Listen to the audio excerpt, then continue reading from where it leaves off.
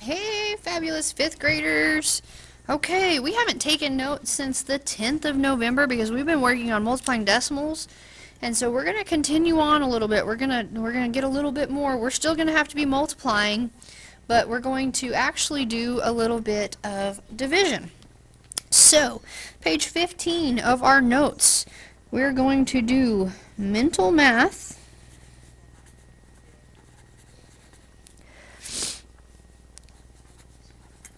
to divide, and we're also going to, in this, talk about some estimation. Okay, so estimation. You will be taking these notes on the 8th of December. Okay, so mental math to divide / estimation 12/8/20 on page 15. So we're going to turn to the next available right and left side page, thinking. Okay, so right past multiplying decimals to decimals. I'm going to flip my page around here. So down here in the bottom right hand corner with my holes on the left, I'm going to write page 15. Top, I'm going to write 12/8/2020. Hard to believe that we're almost out of 2020. I've got to... Okay, so mental math.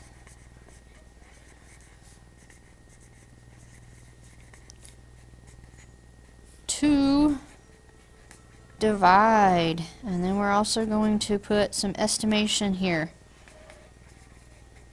Okay, because it kind of goes hand in hand a little bit. Sometimes we just use mental math, but in order to estimate, we get to use mental math. So, here we go. Our objective. I can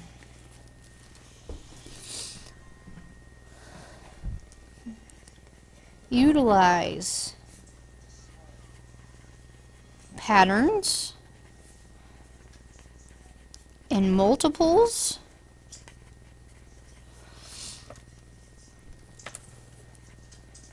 of 10 to divide mentally. Now, this requires you guys knowing your multiplication facts, okay? If you don't know your multiplication facts, this still isn't going to be just a breeze for you. So then, adding to that, I can check for reasonableness. I'm going to go over here.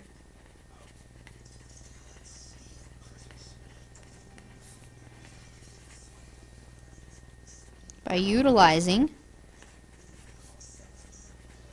estimation. And that requires us extending our knowledge of rounding and applying our knowledge of mental math in order to divide and find an appropriate estimate. Now, sometimes compensation is used here, and that requires us knowing our multiplication facts, guys, okay? So, that being said, we're going to fold our paper in half, true Miss Lewis fashion, and remember, if I'm going too fast, pause the video, catch up, and then come back to it, okay? So, let's see. We're going to start over here. We're going to do some mental math.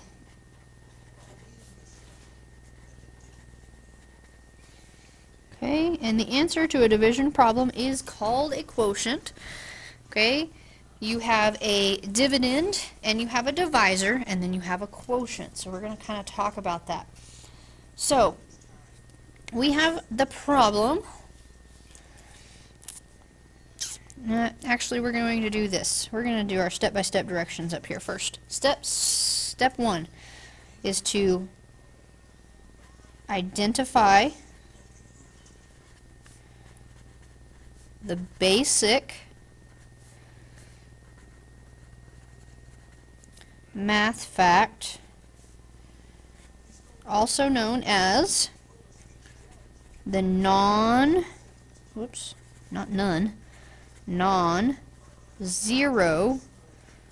numbers. Okay, non-zero numbers. So an example of this, in the example that we're fixing to do, we have 18,000 divided by 90. Okay, and so the basic math fact, Also, the non-zero numbers is like 18 and 9, okay?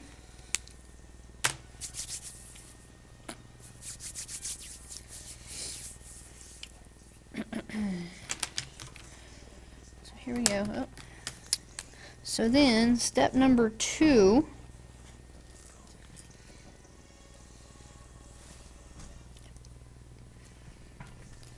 step number 2 is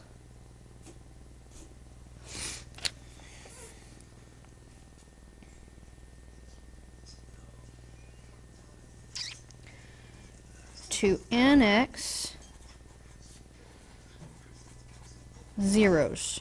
Okay? And in this case, whoops, if it can be done, it means to take them away, okay? Now you won't be taking all of them away most of the time, but it means to take them away.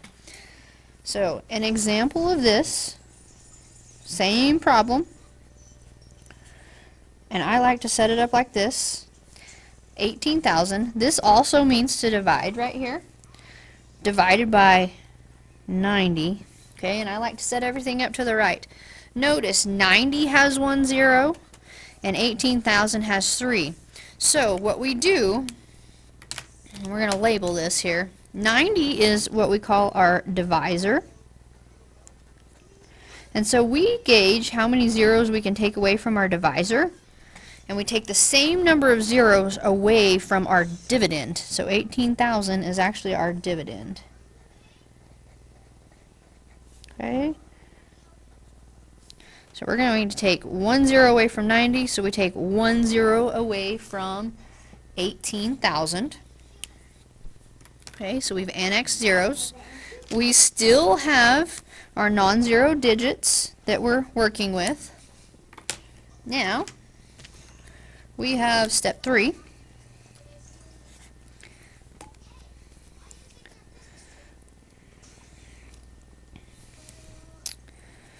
Is to calculate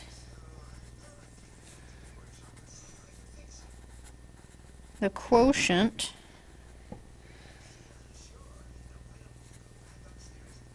of the non-zero numbers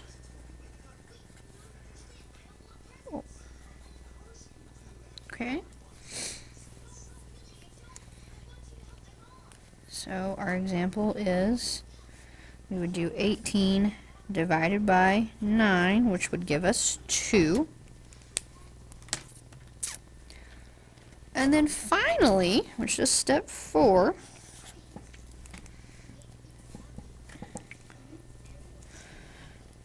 we would annex, and in this case it's going to mean add the zeros back. Okay? So our example becomes, we had 18,000, but now when we've taken our zeros away up there, we now have this divided by this, and we know that this divided by this was 2, and we have 2 zeros, so that would give me 200. So we just take those zeros and we put them over there. Okay, 2 zeros, 2 zeros, and so our quotient would be 200. Okay, so let's put this vocabulary term there. Quotient. So now let's look at a couple of example questions. We don't have many. Okay. So example number 1. Let's look at this. Example number 1. What if I had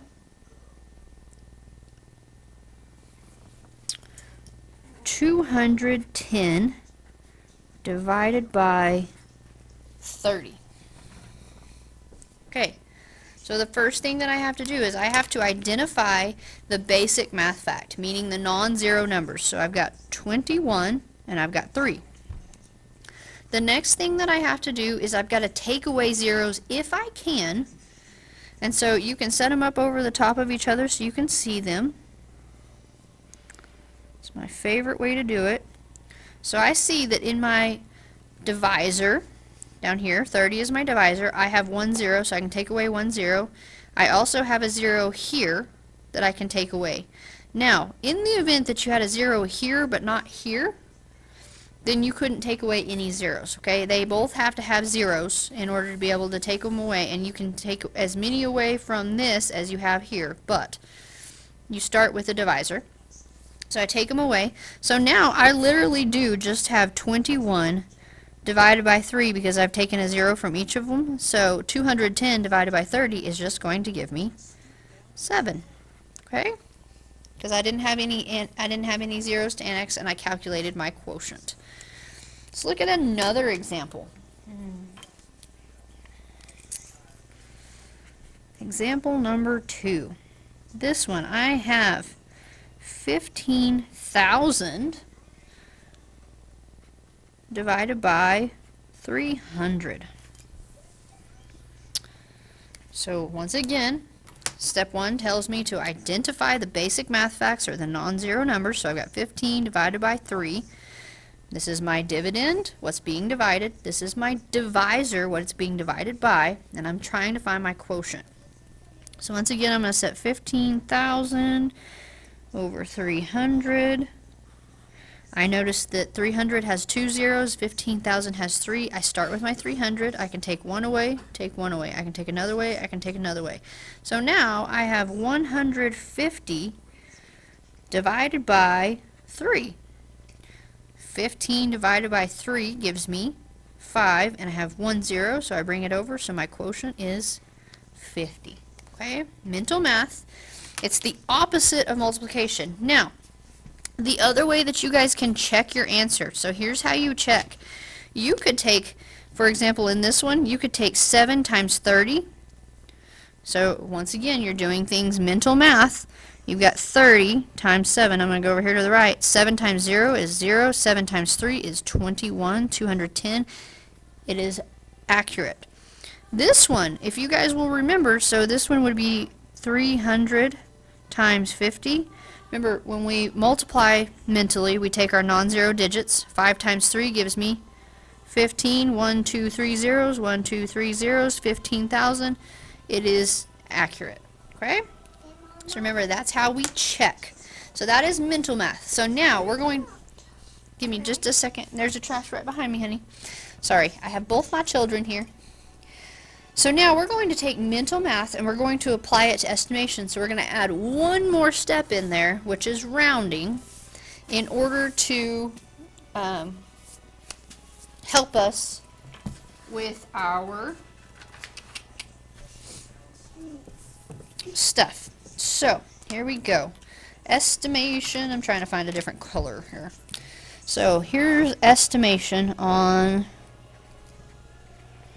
So estimation. Now, estimation with compensation is using basic math facts and being able to see the multiples of those numbers. So there's different ways to go about this.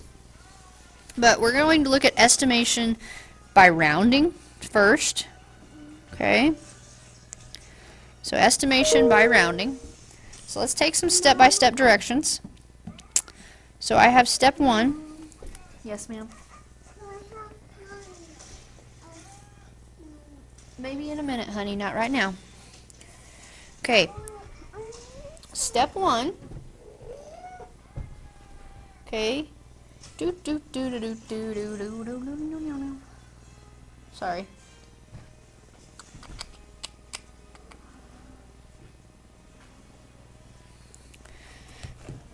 Is to round to the largest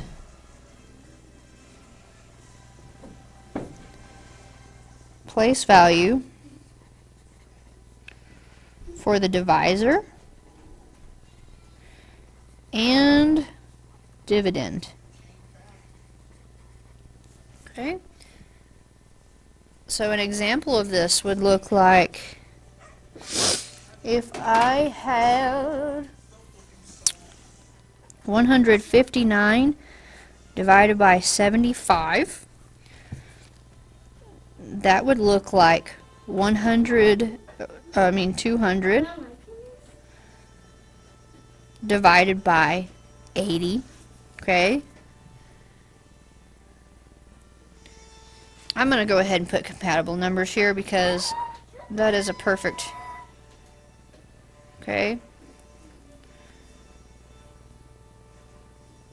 So we'll put or compatible number. Okay, so this is a perfect one for compatible numbers. So that is with rounding. So we're going to put an R for rounding. And the other example with compatible numbers, if I see this, I look at this, and this is really close to 80, and this is really close to 160. And the reason I say that is because when you get to thinking that way, I can do easily mentally, if I did 160 divided by 80, I can do mental math here. These are basic math facts. I have 16 divided by 8, and I can take those 2 zeros away, so that gives me a quotient of approximately, right? So that's the other way. This is my compatible numbers for 159 and 75, okay? So you can use rounding, but if you see the compatible numbers, that's kind of what it's looking at. Now, it's going to ask you some questions about compatible numbers, but it does give you some options to go through, so make sure that you're looking through those options, okay? So here we go. Step 2 will be simply to follow steps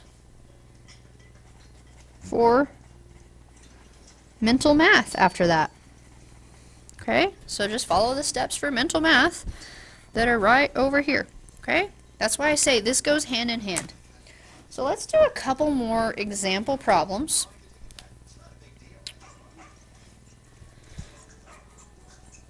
So example number 1, and we're combining estimation and mental math. We're gonna have to estimate and then go mentally.